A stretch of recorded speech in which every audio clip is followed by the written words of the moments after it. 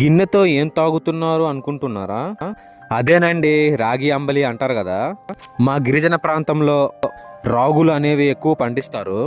ఆ రాగి అంబలి అయితే మేమైతే తాగుతాము. చూడండి చాలా వేడిగా ఉంది. చల్లారే వరకు అయితే వెయిట్ చేస్తున్నాను నేనైతే. అయితే చాలా వేడిగా ఉంది.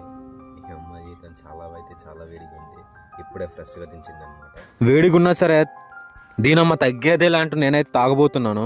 ఎట్టి పరిస్థితుల్లో అయినా వదలకూడదని, వేడిగైనా తాగేసి వెళ్దామని మొత్తానికైతే ఫిక్స్ అయినా.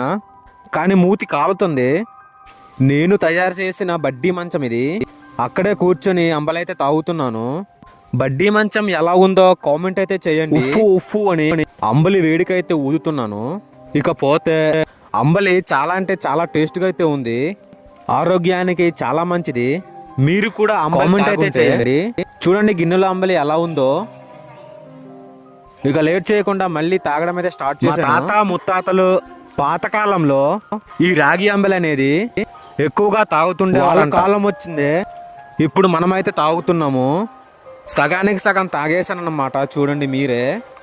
అంబలైతే తాగి మక్కువైతే వెళ్తున్నాను. వీడియో నచ్చినట్లయితే లైక్ చేయండి, షేర్ చేయండి. అలాగే మన ఇన్స్టాగ్రామ్ పేజ్ని ఫాలో అవ్వండి. అలాగే యూట్యూబ్ ఛానల్ కూడా సబ్స్క్రైబ్ చేయండి. Thank you so much. Bye friends, next వీడియోలో కలుద్దాం.